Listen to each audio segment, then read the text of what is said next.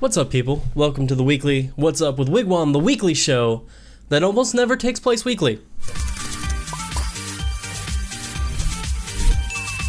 Welcome back. Haven't really done one of these since prior to E3 because E3 coverage was such like a constant drain, and then had a job, and then went out of town, and now we're back, and we have all sorts of things to talk about, like Pokemon, and whatever else was on my list that we're gonna get to. So first things first, Pokemon Sword and Moon has announced that they are giving up on keeping up with the hundreds and hundreds and hundreds of Pokemon that Game Freak has shilled out over the years. People are calling it delightful names like the Thanos Snap, or my personal favorite, the Dexit. So it seems like what was inevitable has finally reached a critical mass. Game Freak was never going to be able to keep continuously putting out more and more and more new Pokemon. I view this as a complete inevitability, but some fans are very much up in arms, as fans tend to be about everything sometimes, all the time. The fans are so mad and feel so spurned that they have started creating hashtags like, oh, it could just be done in 5 minutes. I could make a Pokemon in 5 minutes. And of course, this is a ridiculous statement, and as a counter argument, many artists across the board have started taking over the hashtag in creating Pokemon in actually 5 minutes. I'm gonna just play a couple of my favorite that I've seen across Twitter, because truly, these designs are great. Actually, I think they should just make a 5-minute Pokemon game. I think that would make everybody happy. It would make me happy. I think that looking through some of these designs, it starts to show us what we're really looking at here, in that while Pokemon is transitioning into this newer 3D world, it's a lot of work to render full 3D models with full move sets and full hit animations. You're talking like 600 plus Pokemon, which all know like maybe 10-15 moves apiece. That's a lot of animation. Now, fans will argue that Pokemon is, and this is true, the #1 most profitable media franchise of all time. And not just the most profitable of all time, but if you look at the top 10, it is the most recently founded out of the top 10 as well. It has made the most money ever in the shortest amount of time. Now, one would argue with resources like that Game Freak and Pokemon could easily just hire more developers, hire more animators, get the project done, because it's going to make so much money anyways that what does it actually matter? But personally, I don't really mind as much. See, my issue with the new upcoming Pokemon games is not the lack of the entire and full Pokedex. My issue with the new and upcoming game is that it looks like an upscaled 3DS game. This is a console that runs Breath of the Wild, that runs Super Mario Odyssey, that runs incredible games. The Witcher 3 is coming to the Switch, and Pokemon is not looking very good. So while the whole thing certainly seems to be an initial debacle for Nintendo, we'll see how the sales figures actually reflect on Pokemon. As long as the game sells, Game Freak's gonna assume that they did the right thing. So I'll be interested to see whether the people that are actually upset are willing to put their wallet where their mouth is and actually skip this gen of Pokemon game.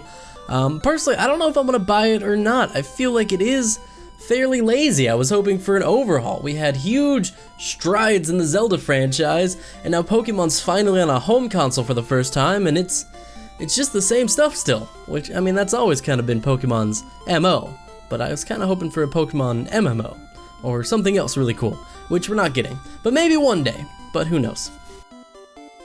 Moving on to our next story, it is that time of year where you should take all of your credit cards, your wallet, your plastic, and lock them up in a safe that you do not know the combination to, because it is Steam Summer Sale time. Which is fun to say. Yes, it is the annual Steam Summer Sale, a glorious Christmas time for gamers who have disposable income, and well, it's like Christmas for people who don't have money, for people who don't have money. Sad. Rather than go over specific sales, what I think I'll do is I'm just going to scroll through some of the games that I'm interested in while talking about this year's sale format. Every year, Steam's going to have some sort of gimmick, something to bring in the masses, because Lord knows the insane prices wouldn't be enough to bring in people. Nope, gotta have a gimmick. You know, it's kind of funny because since Valve doesn't really make games anymore, the Steam sale games are the closest thing we get to a new Valve release probably ever again. And by funny, I mean that's really sad. To play in this year's Steam sale games, you first have to select a team. You could pick Team Burb, Team Turtle, Team Pig, or if you want to win, you'll pick Team Corgi because they get about 10 times the points as every other team every single day. From there, if you want to earn your team points, it's pretty simple. You can complete specific challenges offered up by Steam on a daily basis for specific games, or you can simply jump into the games that you already love to play and complete achievements, or if you already have achievements in games, you can just jump into those games and play for 30 minutes and apply those points to your total. If you want to increase the total number of points you can have per day, you gotta spend some money. But if you've already spent plenty of money in the past, you don't really have much to worry about because you already have a pretty expansive point slot. That's what she said. The motivation for all this is to earn coins. Coins can be traded in for various things like an extra discount or backgrounds or some other dumb stuff that no one probably really cares about, quite frankly, if we're just being honest here. The real prize here is that if you're on the winning team of the winning day, players will randomly be selected to receive the #1 game on their wish list for free, so make sure you have your Steam wish list organized. I know that I got mine organized, made sure to put Bloodstained Ritual of the Night right up there in that top spot because Daddy wants to play that game without spending $36 on it. That's just my impression. Overall, it is a pretty cool Steam sale idea. I mean, Steam always tries to keep it fresh, and even without the Grand Prix, it would just be exciting that all these games are on sale, 75%, 50% off. Poor wallet. It feels so sad right now. And something else I want to talk about that actually happened like 2 weeks ago, but I haven't had a chance to make one of these videos since then, is that Tempo Storm X has won Super Smash Summit with Pikachu. I know I'm going to talk about Melee again because Melee is such an exciting esport. Again, if you're someone who isn't watching Melee, now is a perfect time to jump in. We're having history made practically back to back. A few weeks ago, a Captain Falcon player became the first person to ever win a Super Smash Bros. Super Major with a Captain Falcon, which was exciting and great. Everybody loves Captain Falcon. You remember Melee. Captain Falcon is hype. He should have been dead to begin with. Yes. Reset, regrab, grab the boost, up smash, back there, knee! Welcome back, Hacks! Welcome back! Now we've taken it even one step further, and Tempo Storm's Axe has won with Pikachu, a solidly mid-tier character, a character that many people thought was totally unviable, an impossibility. So this is like a 5'4" guy winning the NBA championship is essentially what happened, and it's incredible. On top of that, Axe is known in the community as one of the nicest guys who runs one of the nicest streams, and it could not have been more exciting to just watch him plow through on the winner's side. He dropped only one set in grand finals to the same Captain Falcon who had won just a few weeks prior. Smash Summit is no average tournament, it's only simply the best of the best. The top 8 players are invited, 2 more players get to earn their way in by winning tournaments, and the other 6 are voted in by popular demand, and they usually don't do so well, really, honestly, most of the time. But Axe, with only the fiercest of competition, was able to win his first Super Major tournament ever, and I gotta say, it was just sitting there at 11 o'clock at night, realizing I very much needed to go to sleep because I had a job the next day, but unable to turn off the stream because Axe was on the cusp of making Melee esports history. Such an exciting moment. And then when he finally won, dude, I jumped up, I was like pumping my fist, I was like, yes! And then I went promptly to bed because I got like 6 hours of sleep that night, and the next day was worth it because it was very exciting to watch.